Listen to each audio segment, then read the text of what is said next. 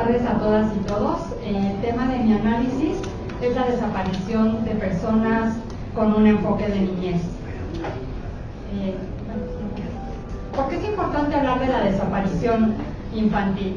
Si bien la desaparición forzada es un fenómeno que afecta gravemente a la sociedad, cuando involucra a niñas, niños o adolescentes, sus consecuencias pueden ser devastadoras, considerando la situación de vulnerabilidad en la que ellos se encuentran.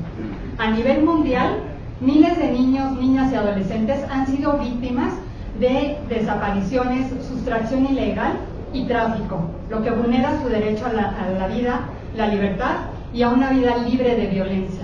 En América Latina, esta problemática se agrava en contextos de conflicto armado, de crimen organizado y sobre todo de migración.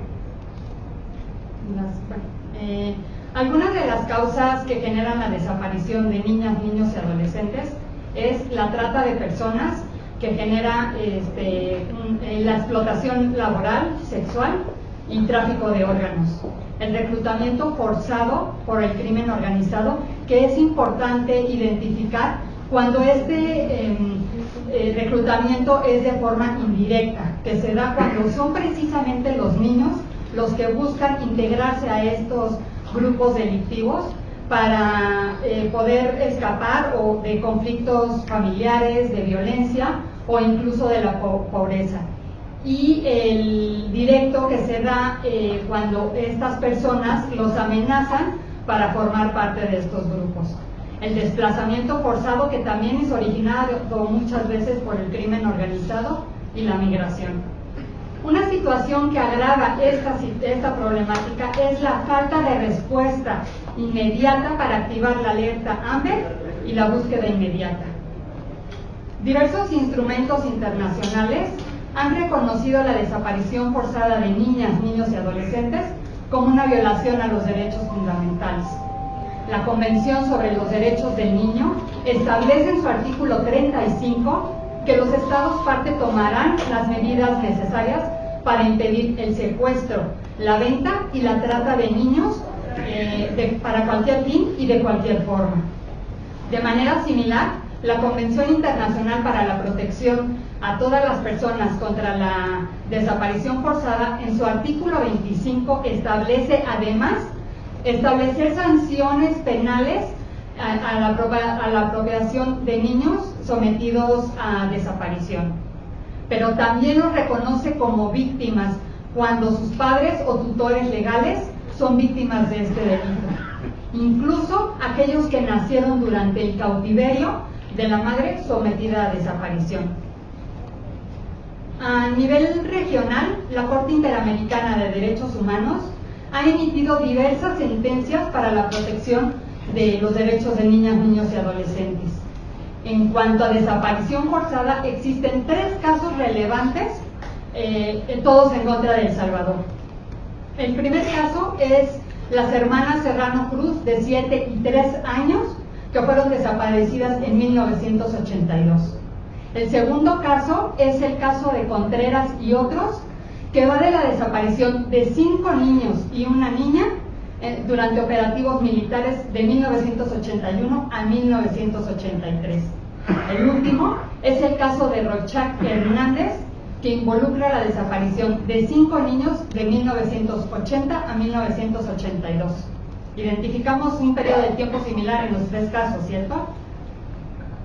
La Corte Interamericana de Derechos Humanos estableció estos delitos como continuados o permanentes, en tanto sus efectos no cesen y se establezca la suerte o el paradero de las víctimas. Por su parte, El Salvador reconoció que en el contexto del pasado conflicto armado se produjo un patrón sistemático de desaparición forzada de niñas, niños y adolescentes. Muy bien, lo ha reconocido, pero ¿qué ha hecho para la restitución de los derechos de las víctimas directas e indirectas? Estaremos muy atentos al cumplimiento de sentencias para saber el desenlace de estos casos. ¿Cómo está México ante este delito? El 19 de septiembre de 2024, el Comité de Derechos Humanos de Derechos del Niño expresó su preocupación ante las altas tasas de desaparición forzada de niñas, niños y adolescentes en México, instando al Estado mexicano a adoptar medidas urgentes para prevenir, investigar y sancionar todos los casos de desaparición infantil. Por su parte, el Comité contra la Desaparición Forzada realizó las observaciones finales a México, observando también con preocupación los numerosos casos de desapariciones de niñas, niños y adolescentes migrantes y el desafío que representa la observancia del derecho de justicia y verdad, en particular porque los allegados pues normalmente no residen en el país. Tenemos dos casos emblemáticos de desaparición infantil en México. El primero, el de Víctor Álvarez Damián, de 16 años, que fue detenido el 11 de diciembre de 2013 en Veracruz por policías y civiles encapuchados, quienes lo extrajeron de su trabajo argumentando que había sido señalado en el delito de robo. Ante la falta de acciones de búsqueda de la Fiscalía, su mamá presentó un comunicado al Comité de Desaparición Forzada para solicitar medidas cautelares. Este caso es relevante porque la Suprema Corte de Justicia de la Nación, en el amparo en revisión 1077 de 2019, determinó que las acciones urgentes de la ONU son de carácter obligatorio. Sin embargo, a la fecha no se sabe el paradero de Víctor. El segundo caso es el de Jonathan Isaac Mendoza Berrospe, de 17 años. ¿Qué creen? También desapareció el 11 de diciembre de 2013 en Veracruz. Fue detenido por agentes del Estado y sustraído de su domicilio en el operativo Guadalupe Reyes. Podemos ver un contexto de detenciones y desapariciones juveniles en Veracruz durante este operativo.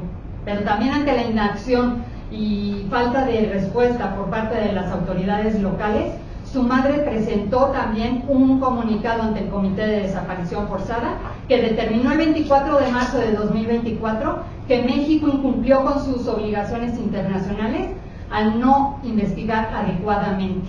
Pero también hasta la fecha se desconoce el paradero de Jonathan. Unas cifras importantes son las que nos da el Registro Nacional de Personas Desaparecidas y No Encontradas, que al 27 de marzo de 2025 nos da un total de 15.911 niños desaparecidos, 1.587 no localizados y 1.057 encontrados, pero sin vida. Sin duda son cifras alarmantes.